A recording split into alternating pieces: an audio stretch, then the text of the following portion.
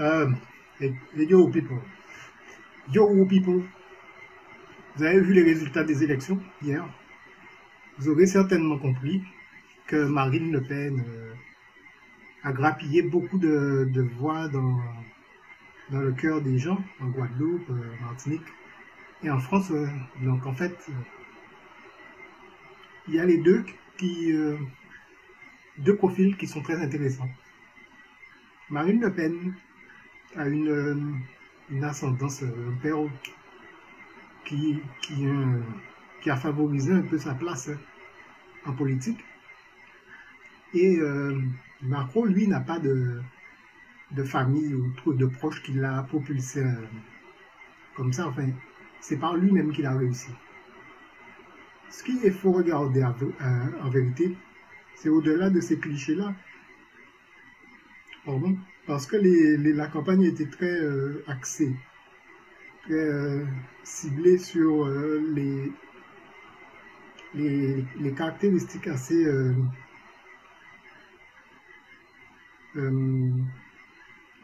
stéréotypées des candidats. Et donc Macron, on n'a pas écouté donc les programmes des candidats. On n'a pas regardé ce qu'ils avaient à proposer. Et il faut regarder vraiment, au-delà du fait que Marine Le Pen propose du nationalisme et qu'elle propose donc qu'il n'y ait pas d'étrangers en France en si grande quantité, qu'on établisse la préférence, enfin, qu'on donne, comment dire, qu'on donne plus de préférence à ce qui est français. Ça ne veut pas dire qu'elle n'a pas un programme qui va dans d'autres champs, en fait. Économie et tout, écologie, je ne sais pas, je ne sais quoi d'autre. Et donc, il faut regarder, son programme n'apporte pas grand-chose aux Antilles. Qu'est-ce que ça apporte? Une revigoration de l'espace maritime français. C'est ce que ça rapporte, en fait, à la France. Et on voit très mal comment, avec le RSA, on va pouvoir s'en sortir si bien. Donc, il faut regarder aussi ce côté, cet aspect des choses. On a tendance à ne pas regarder. On a zappé il faut aussi voir le parcours il faut aussi voir le parcours des candidats. Mélenchon et Fillon, par exemple, sont des gens qui représentent vraiment, franchement, le grand capital. Ce sont des gens qui représentent vraiment l'argent, quoi.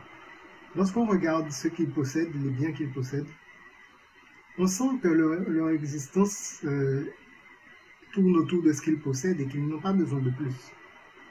Ils n'ont pas cherché non plus ils ne cherchent plus, en fait, à progresser. Pardon.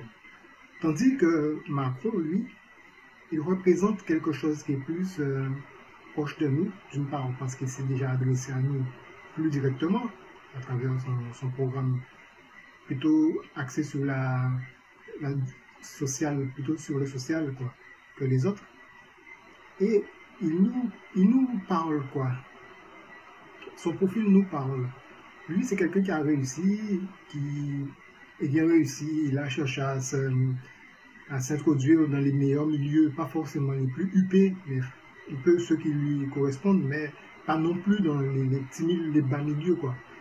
Récemment, il est allé dans un restaurant qui est très proche de Montparnasse et qui n'est pas le plus huppé de la capitale, mais qui, par ses attraits, par sa fréquentation, est un milieu de connaisseurs, en fait. De grands bourgeois, en fait, qui connaissent un peu l'endroit, mais qui n'est pas réputé pour cette qualité-là. Elle est intermédiaire, il est intermédiaire, et il s'en revendique de faire partie de ceux qui sont entre les deux, quoi. À la frontière entre la droite et la gauche. Il n'est pas de droite, il n'est pas de gauche non plus. Il n'est pas un gars de gauche, mais il est un gars un peu au-delà de tout ça, au-dessus des clivages gauche-droite. Et c'est ce que la France recherche. On ne recherche pas forcément un gars qui est déjà qui propose un programme déjà tout ficelé, tout qui est depuis des décennies en train de s'expérimenter, quoi, comme la droite, la gauche classique, comme on dit républicaine, quoi, les partis républicains. Mais non, ça fait 200 ans qu'on en a entendu parler pour la première fois. Et là, on cherche vraiment une voie intermédiaire de liberté. Et on cherche aussi à ce que les candidats proposent le changement nouveau qui va correspondre à notre époque. Lorsqu'on prend le cas, par exemple, de ce qu'on produit, la production nationale, on voit qu'il y a des changements. Et on ne cherche pas forcément à ce qu'il y ait un sauvetage. À vrai dire, on ne s'en rend pas compte, mais on ne cherche pas à ce qu'il y ait un sauvetage des industries, une perte de vitesse. On veut qu'il y ait une innovation. Il faut qu'on ait des choses novatrices. Il faut qu'il y ait des nouveautés dans ce pays. Et Macron est pour l'instant l'un des candidats parmi les plus novateurs, quoi. Donc c'est ce qui fait sa force. Pour Mélenchon, lui, il a un souci avec ce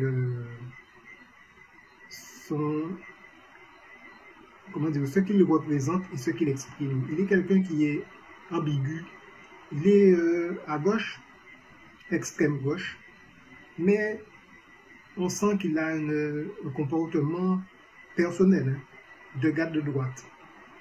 Et il en est de même pour beaucoup de candidats qui prétendent être de gauche et qui ne sont pas des poutous, à vrai dire, qui sont de vrais riches, qui ne sont pas des besançons. Bien qu'il ne faille pas rester accroché à ces clichés, hein, quand même.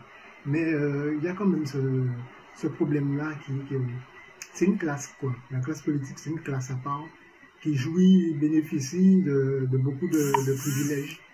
Et on aurait aimé quand même qu'ils soient moins attachés à l'argent par eux-mêmes. Et pour Fillon, son problème c'est l'argent.